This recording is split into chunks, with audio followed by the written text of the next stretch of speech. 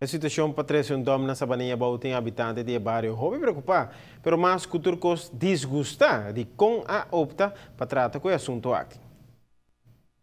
Por observatório casa aqui do vecindário, e pergunta outra se aponta habitante na aqui que na opinião tá de dom que não. Nossa começa de ayer acaba, nós está de mainda trampang, nós está entrar dia de solo, sem come para nós wak. Kiko ta para di esaki. Pa sobra, según nang nos hayo un aviso. Nada, nos ta gente. Na mestera, vi cercanos, acercanos pa wak. Kiko ta come di bebe di akinana. Minha preocupação para dam que dam que nós ta usa para agricultura. Sabaninha bau cobalodo.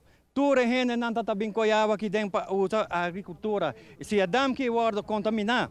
Então, aqui na Aruba, nós não temos dam bombas, passou tudo dam parte para a Birasalo.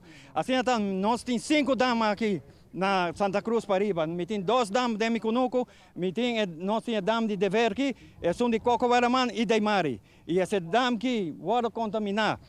Então, daqui como está bem assim que 2 dam aqui como não por agricultura, mas E habitante na aduna de conhecer que o Salimar e dia a avisar na decisão aqui. E que ela cai de surpresa, como que nunca não pode pensar que o bem dom bani de nan casa. E ta pedi Salimar para, por favor, reconsiderar essa aqui.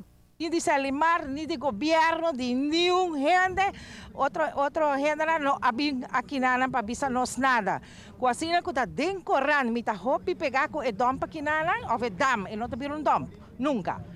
Mita hopi pegar aqui nanang, anto den koran, mahaya surpresa de minha vida, ora me wako eta vai vira dom que tá para pegar com micas. Mita pedi governo de nome de Santa Cruz of de Aruba, Bolsonaro, stop com e coisa que nanang. Busca outra maneira, outra solução, não binco ne arriba nos lomba. E também com nós tá hopi rabia, hopi osina com não querer kunang lo pasa arriba nos aqui nang. Para notícia hoje noite, Rosiane de Wever.